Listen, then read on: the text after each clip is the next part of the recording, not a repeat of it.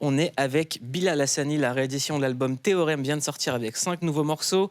Cet album, c'est un cadeau pour les fans. Et moi, j'aimerais bien qu'on parle un peu de musique avec Bilal Hassani. Des polémiques, des sauces, des trucs. Mais à la base, Bilal Hassani, c'est quelqu'un qui chante. C'est ça. Allez, on écoute.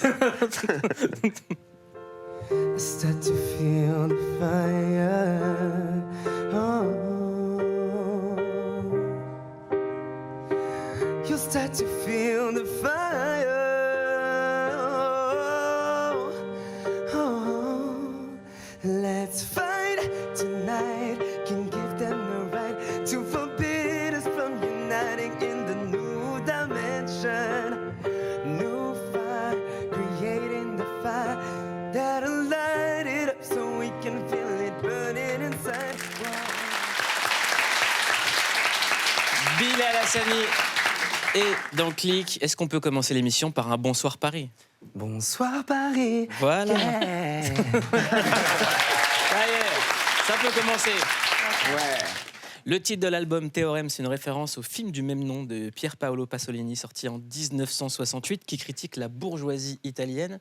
Comment est-ce que vous avez découvert ce film? C'est mon directeur artistique Ronan qui me l'a montré. On était en train de faire l'album, il était avec moi et il m'a dit regarde ce film ce soir et on en reparle demain. Et il m'a beaucoup dérangé déjà le film, mais je l'ai adoré. Et ce que j'aimais un petit peu, c'était ce que représentait le héros en fait dans ce foyer bourgeois. Il rentre et en fait il laisse une marque vraiment indélébile dans l'esprit et chamboule un peu la vie de tous nos personnages. Et j'ai l'impression que c'est un peu ce que j'ai peut-être représenté quand j'ai été présenté pour la première fois au grand public. Il y a eu un shift, je crois, dans beaucoup de maisons. Ils se sont dit, qu'est-ce qui se passe dans ma télé? C'est qui ce personnage-là? Et ça racontait un petit peu... je pense que j'incarnais bien ce rôle-là. C'est encore un personnage, Bilal Hassani? Je pense que pour beaucoup, oui. Pour moi, c'en est pas vraiment. C'est un peu le super-héros que j'ai dessiné petit pour me donner de la force et c'est devenu moi. Vous dites que cet album Théorème raconte la vie après le traumatisme. De quel traumatisme on parle? J'ai vécu un accident il y a 3 ans maintenant c'était très difficile pour moi d'en parler. J'en ai que parlé très peu et j'ai préféré le chanter avec le morceau Quelle heure est-il. C'était malheureusement du coup une agression sexuelle et j'avais envie de raconter un petit peu comment est-ce qu'on passe de l'enfance à l'âge adulte, parfois de manière assez abrupte. Il y a beaucoup d'adolescents, je pense, de personnes qui représentent des minorités qui doivent faire face à des responsabilités parfois un petit peu trop tôt. Ils doivent apprendre la vie adulte parfois un petit peu plus tôt que prévu. Et ça raconte un petit peu ça, cet album. C'est ce passage à l'âge adulte de manière un peu brutale. Comment est-ce qu'on arrive à raconter quelque chose d'aussi traumatisant qu'une agression en chanson et d'aller le donner au public? C'est très difficile. Le donner au public, c'est ce qui est le plus difficile. Je pense que sur la tournée, je m'en suis rendu compte. C'est toujours le titre que parfois je ne chante pas. Je les laisse le chanter. Et puis, je pense qu'en revanche, ce qui est bien, c'est que j'ai pu voir l'écho que ça a fait auprès de beaucoup de jeunes qui ont vécu ce que j'ai vécu. Ça m'a un peu surpris à quel point c'était un accident, je pense, je me suis rendu compte que ça arrivait à trop de gens.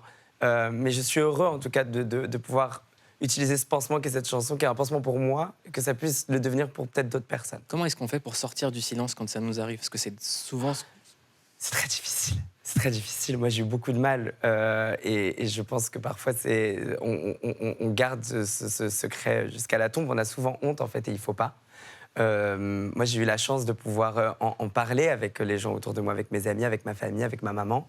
Et on n'a pas tout le temps ce cercle-là. Et c'est pour ça que j'invite souvent les plus jeunes personnes qui me suivent à ne pas hésiter d'en parler. Il faut le faire, en tout cas. C'est important de poser ce mot-là, le mot honte. Bien sûr, mais parce qu'on a honte alors qu'on ne devrait pas. Quand on est victime de quelque chose comme ça, il faut pas avoir honte. Mais pourtant, ça arrive. Pauline? Non, je me disais, est-ce que régulièrement, justement, on vous sollicite sur ces sujets parce qu'on voit l'injonction qu'il peut y avoir avec tout ce que vous représentez aujourd'hui. Quand vous disiez, je suis devenue presque un personnage, malgré le fait que ce soit normalisé, est-ce qu'on vous attend on attend de vous des réponses comme ça?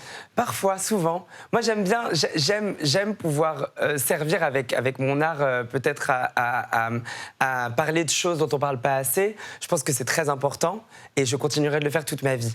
Parce que les chansons, la musique, moi, c'est la musique qui a été mon exutoire pendant toute mon enfance, toute mon adolescence. Je pense qu'il y a des chansons qui sauvent des vies. Et de pouvoir, en tout cas, apporter ça à ma génération, ça me fait le plus grand plaisir. Mais c'est vrai que parfois, c'est un petit peu difficile. Ça peut être lourd, oui, à porter un petit peu. Mais même le fait de devoir représenter, alors qu'on est un artiste, qu'on fait de la musique, et que son nom soit tout le temps associé à des causes, à des combats de gens qui souvent combattent ce que vous représentez, oui. Est-ce que c'est pas trop dur à porter à votre âge, en fait? Un petit peu.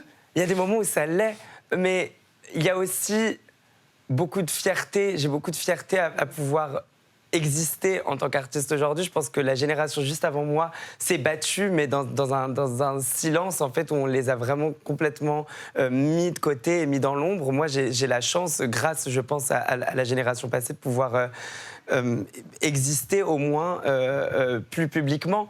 Et ça reste une force. Maintenant, oui, c'est pas tous les jours facile. C'est pas tous les jours facile. J'aimerais pouvoir chanter mes petites chansons et faire ma petite vie.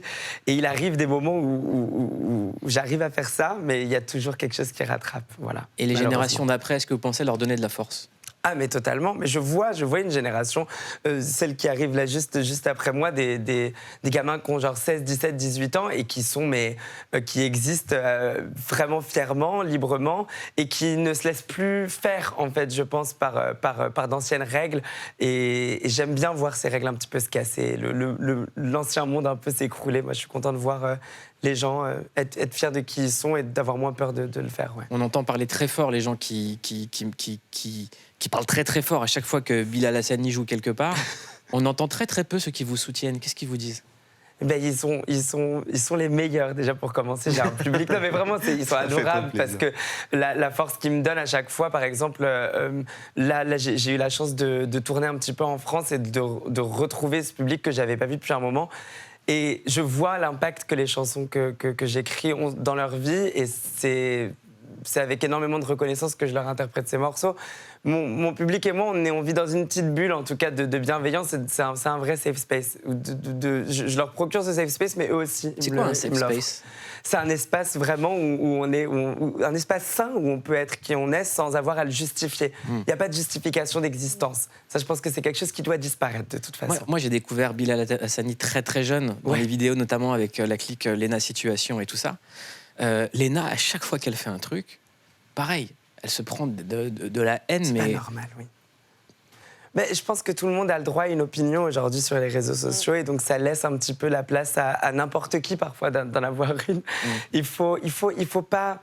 Je pense que pour pouvoir être reconnaissant de tout ce qui nous arrive, il faut qu'on s'éloigne parfois un petit peu de ces plateformes-là. Et c'est ce qu'on fait. Vous en parlez un peu ensemble?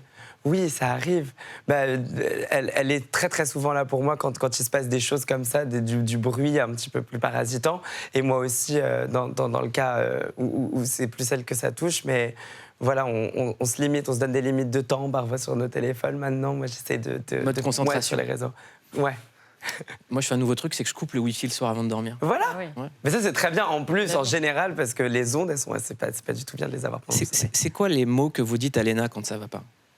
Que je suis là, en tout cas. Et elle me l'a dit. Moi, je me rappelle d'un message qu'elle m'a envoyé en avril, quand ça allait pas très bien. Et il y a une présence silencieuse qu'on a. On est là pour les uns et les autres, que ce soit Léna, mais aussi toute la bande. Heureusement, on est une meute avec les copains. On est une bonne dizaine et tout le monde est là pour les uns les autres. Et en tout cas, on est là pour vous, on est là pour Léna. C'est très gentil. Et le public vous applaudit parce qu'on vous soutient. Alors, Bilal Hassani, c'est également un producteur. Oui. Et un éditeur. Oui. C'est qu'il est arrivé, il a maqué le game. L'indépendance, c'est cool. Je pense mais vraiment, les artistes aujourd'hui, on a vraiment beaucoup de chance. On a un accès déjà à des outils qui n'existaient pas à l'époque. C'est-à-dire que tout maintenant est numérique. On peut faire un album entier sur un ordi, quoi. Ça, c'était pas possible, je pense, il y a 15-20 ans. Et aussi, il y a 15-20 ans, on était obligé de faire appel à des énormes maisons de disques pour pouvoir faire vivre notre art. Aujourd'hui, c'est possible d'être indépendant. Et c'est quelque chose qui a changé dans les mentalités, parce que quand on voit la résonance médiatique de Bilal Hassani, on se dit qu'il y a 20 000 personnes derrière. On est vraiment 4. Non, je vous le confirme, on est 4, dont ma maman. Et dans les 4, il y a moi. Donc vraiment, c'est ce qui est hyper cool, n'empêche, avec ça, c'est que j'ai une liberté créative absolue. J'ai décidé de faire cette réédition, de la sortir, de finir de la produire il y a 2 mois. Généralement, ça prend mais vraiment 6, 7, 8 mois. Il y a une stratégie marketing qui doit se lancer. Si on n'aboutit pas au résultat qu'on veut, eh ben, on va retarder les trucs. Moi, j'ai envie de faire mon art quand j'ai envie de le faire, quand j'ai envie de le produire, et j'ai cette liberté-là, oui, grâce à Est-ce qu'il y a des artistes qui vous ont inspiré dans cette démarche ? Oui, bien sûr. Moi, je pense qu'à l'époque, je voyais c'est une copine à moi, Iseult, et je la voyais devenir indépendante en 2017-2018. Et moi, j'étais encore sur YouTube à ce moment-là. Et je me disais, à quoi ça sert que j'aille... Je cherchais encore les labels à ce moment-là. C'est à quoi ça sert que j'aille chercher un label ? Là, je la vois, elle est en train de le faire toute seule. J'ai vécu la vie de label, c'était très, très chouette. Et je suis partie. Parce que c'est mieux tout seul, je préfère. Ouais, t'as raison.